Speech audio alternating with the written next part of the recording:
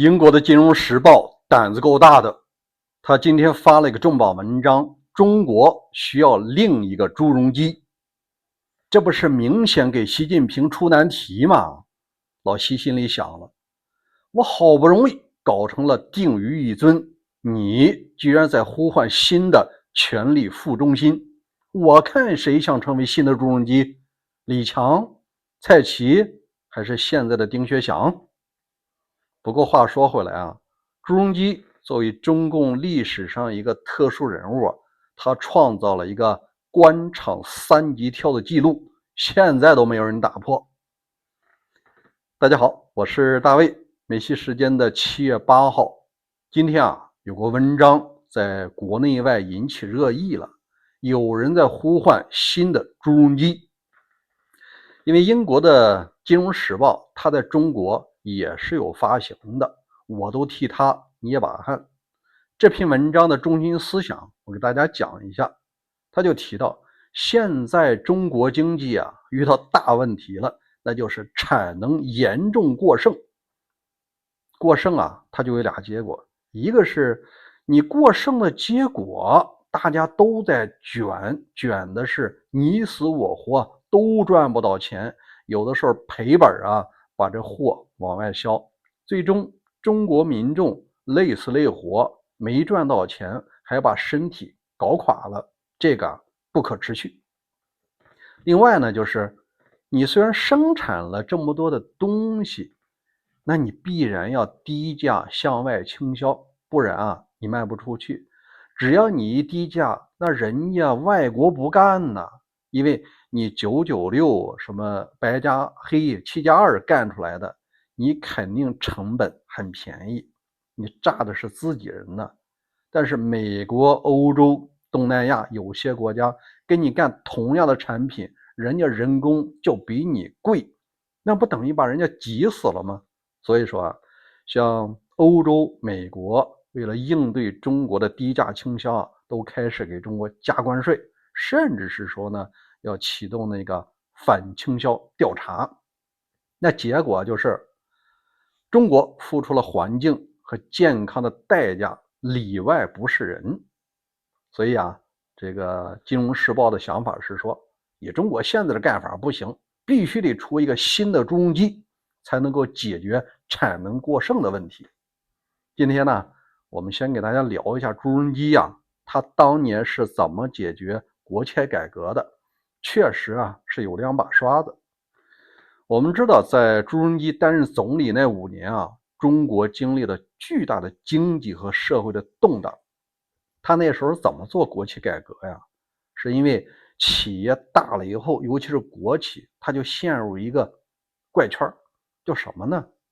人太多了，人浮于事，除了厂长、副厂长一大堆之外呢，他还有厂的党委书记、副书记、工会主席，一帮只这个吃饭不干活的人，真正干活的没几个，生产的产品质量也很差，卖不出去，而且主要是做一些粗的那些加工，精细的活根本干不出来。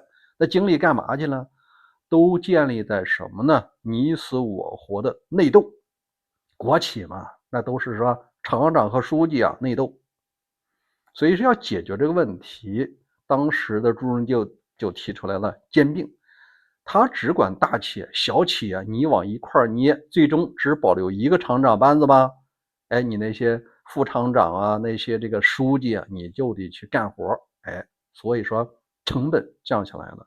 除了兼并之外，他另外也让很多的老百姓下岗了。因为根据中共内部的统计，那几年下岗的人数接近于5000万，而这个人数呢，主要集中在国企比较集中的东北和北方地区。那时候突然呢，2口子都没工作了。虽然说中共内部他对外发布说没有这种情况，我们必须要双职工的话要保一个，不能俩人全裁。你说是这么说，但真正到底下这个执行的时候，为了完成指标，那就都裁。所以经常呢，夫妻俩双双失业，那结果就发生了很多的人间悲剧。一下子还不起房贷了啊，一下子这个断队了啊。那时候造成一种什么情况呢？很多东北的这个大汉找不着工作，下岗了，没有岗位啊，他们就纷纷南下，做什么呢？做保安或者做别的。另外啊，也有一些女性就是走了捷径了，当然这就是变成了失足少女。这种情况发生以后啊，包括现在都有人骂朱镕基，说他不顾工人的死活，是工人阶级的敌人，是走资派。这帽子啊，这现在还戴着呢。那第三件事呢，就是朱镕基在推动加入世贸的时候啊，他基本上代表了国务院当场拍板，是完成了加入世贸的。也就是说，《金融时报》认为，像朱镕基这样有魄力的人，他才可以解决现在的产能过剩问题。一会儿啊，我告诉你我的一个答案。那我们来说说朱镕基为什么会被这个《金融时报》提起来呢？他身上有一个特殊的记录，那就是官场的三级跳，只有这种人才能干这么猛的事儿。朱镕基在上海担任市长的时候，他连一个中央候补委员啊，刚刚当上啊，连委员会都不是。但是在14大的时候，他却实现了三级跳。他越过了哪两项呢？越过了中央委员会，你候补你先得进中央吧。同样也越过了中央政治局，直接担任了政治局常委。你看，啪，3个台阶越过来的。而且这个常委含金量非常高，他是主管经济改革金融的第一副总理，而且中国啊排名第5。那你说他这个角色，如果按照党内的政策，你得干2届中央委员才能进常委，这不是比别人快了10年吗？原因啊，那仍然是有人提拔他。咱们不得不说呢，他提拔之前啊，还是邓小平看中他，因为邓小平觉得你在上海干得不错，敢于硬碰硬，这种人应该到中央来工作。所以说啊，当时就造成了一个奇景。那时候我们还在上大学呢，津津乐道呢，就是说总理、副总理又吵起来了。有时候这总理啊，都得听那副总理的。当时啊出过一个事儿，那就是副总理朱镕基率团这个访问出国了。你出国了，但是这国务院的会议还得召开呀，所以当时的总理李鹏主持会议，就通过了一些决议啊，就是国务院常务会议的一些决议。但是啊，过几天这朱镕基回来以后，发现我不同意，我反对。你想想，人家总理作为一把手，这国务院常务会议都开过了，这决议都出来了，你反对，哎，他就反对这东西啊，执行停下来，必须得按我这来，又按照新的思路来。你看当时的总理啊都没脾气，因为这位副总理后边站着的是太上皇邓小平，一直到97年邓小平去世啊，他实际上副总理，但有时候是真正的决策人。李鹏啊也没有太大的脾气。那我们再说一下，当时为什么朱镕基能够推动这种改革？除了这太上皇提拔之外啊，更重要的一点，是因为当时叫做集体领导。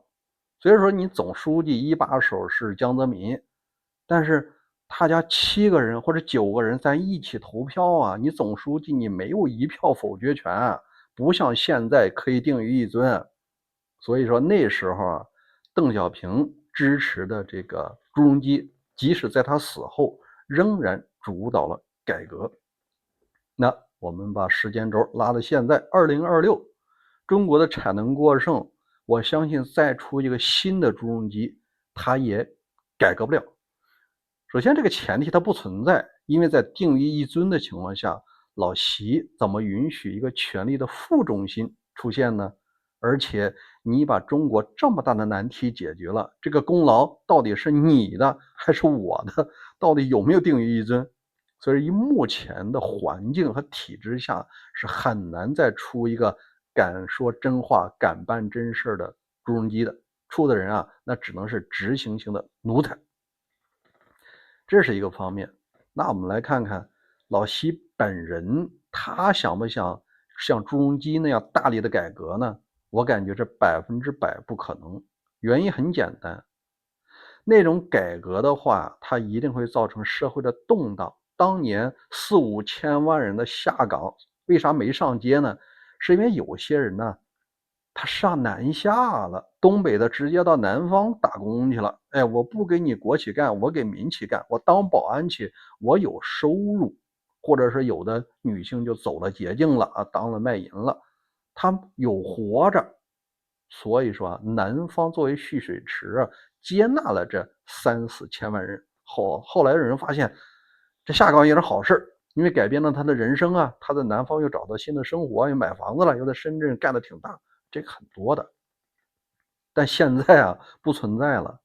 产能过剩既是北方的，也有南方的。如果再有几千万人下岗，这些人没出去了，你不可能再让他干铁人三项，什么送快递呀，什么打包啊，不可能了。那结果只能是上街。所以老习为了社会的安定，他也只能让现在的产能过剩继续下去。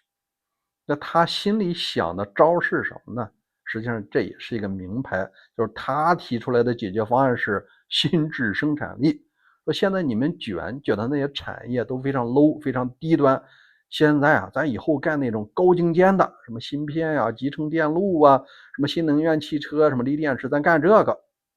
但我感觉呢很难，因为这些传统产业，你让这些人突然去干这种所谓新质生产力，他干不了，能力不存在。所以说啊，他这个路我感觉大概率啊是走不通的。而现在失业和内卷的人们仍然要煎熬一段时间，至于啥时候改变呢，那就只有天知道了。好，关于这件事儿您怎么看？欢迎在留言区留言，咱们下期再见。接下来呢，我想聊一位中国的著名战狼。今天啊，他向世界发出了核威胁，真的是核威胁啊！如果您想听，咱们过会儿再聊，再会。